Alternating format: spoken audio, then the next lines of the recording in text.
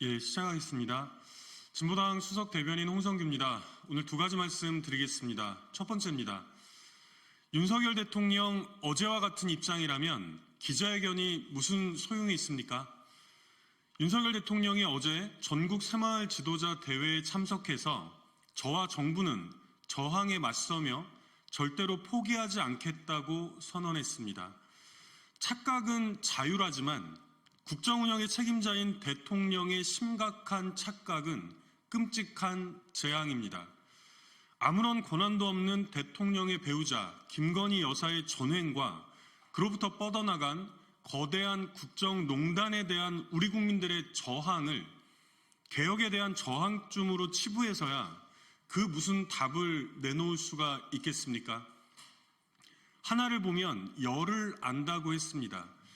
밤 10시가 다 되어서 이례적으로 대통령의 기자회견 일정을 통보한 후 다음 날 바로 대통령은 절대로 포기하지 않겠다고 공언했습니다.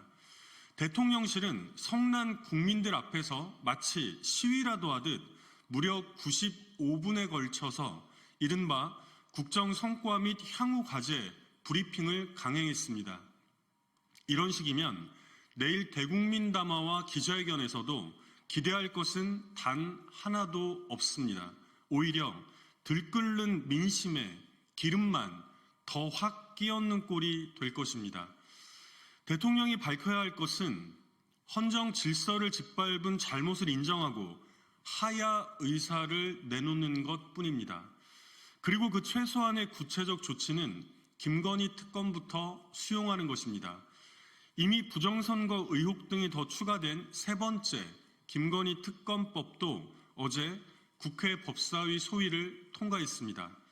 이번 주 토요일 서울 도심에서는 윤석열 정권 퇴진 총궐기와 시민 촛불 대행진도 예정되어 있습니다. 대통령이 직접 초래한 이 심각한 작금의 사태를 부디 똑바로 인식하기를 거듭 경고합니다. 두 번째입니다. 4명이 아니라 40명을 붙인들 현 검찰에서 명태균 수사가 가능이나 하겠습니까?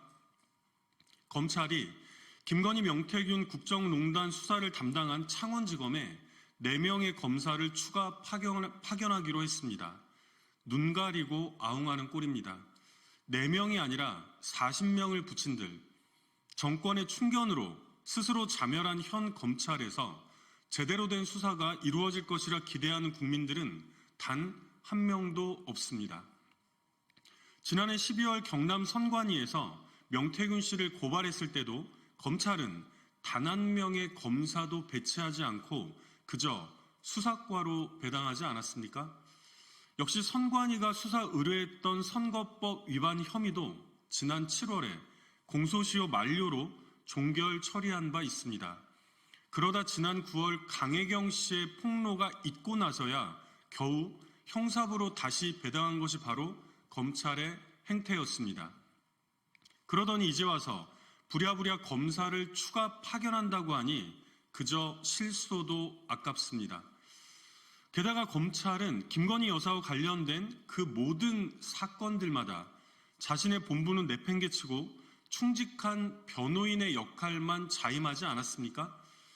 도이치모터스 주가 조작 사건 관련해서도 그 모든 사실관계를 다 무시한 채 불기소 결정을 내린 것이 불과 3주 전입니다. 지금 대한민국 검찰은 실질적으로 존재하지 않습니다. 우리 국민들의 절대 다수가 특검을 요구하고 명령하는 이유입니다. 명태균 게이트까지 담은 세 번째 김건희 특검법이 어제 국회 법사위 소위를 통과했습니다.